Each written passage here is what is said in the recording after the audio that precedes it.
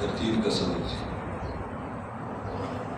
तहकीक तरतीब बिल्कुल जो स्लो होता है उसको तहकीक कहना चाहिए है। तरतीब आहिस्ता रफ्तार से पढ़ना और ऊंची आवाज़ मकसद को समझना है, तलफ़्फ़ुज़ पर फोकस हो है जी।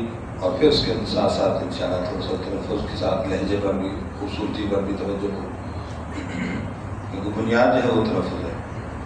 मश्क़ का मकसद यही है, इसलिए पढ़ते हुए पढ़ाते हुए उस्ताद भी इसी तरह बच्चे की तरफ मुखातिब होकर देखे, तवज्जो से बच्चा भी इधर देखे, उस्ताद भी इधर देखे, क्योंकि तलफ़्फ़ुज़ की सही अदा और गलत इधर ही होती है, उसको सही करना। अऊज़ु बिल्लाहि मिनश शैतानिर रजीम।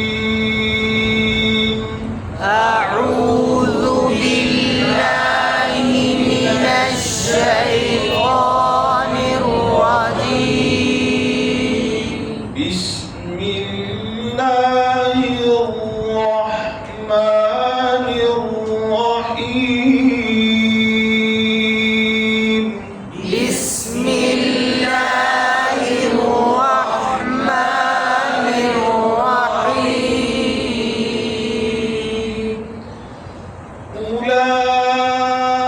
उलाइका अल्लज़ीना इश्तरौ बिल-हुदा। उलाइका अल्लज़ीना इश्तरौ ज़लालता बिल-हुदा। मोटे रूप पर हम बोल पेश करते हैं, ख्याल से बोलना। फमा रबिहत तिजारतुहुम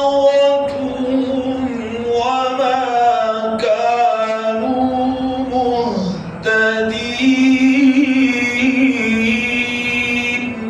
फमा रबिहत तिजारतुहुम वमा कानू मुहतदीन। مثلهم كمثل الذي استوقد نارا كمثل الذي استوقد نارا فلما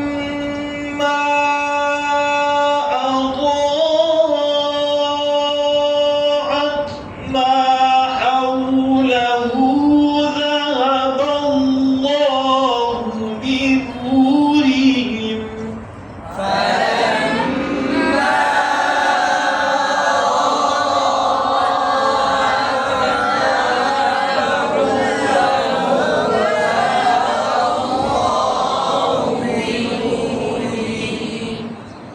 ذهب الله بنورهم وتركهم في ظلمات لا يبصرون.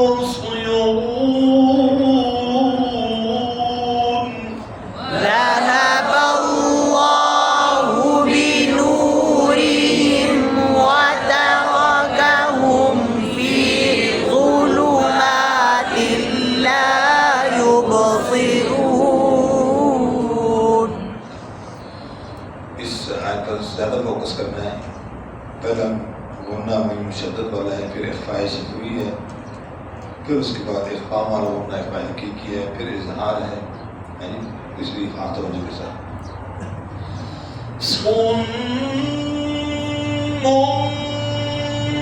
ठीक। पहले मीम मुशद्दद पर यूं होंठ बने गए, फिर इख्फ़ाए शफ़वी पर होंठ नरमी से निकले। بكم عمي فهم لا يرجعون. صم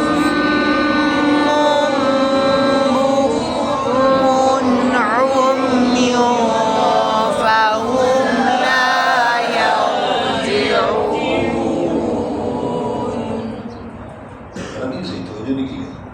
हवा से एक दाखिल में पढ़ो।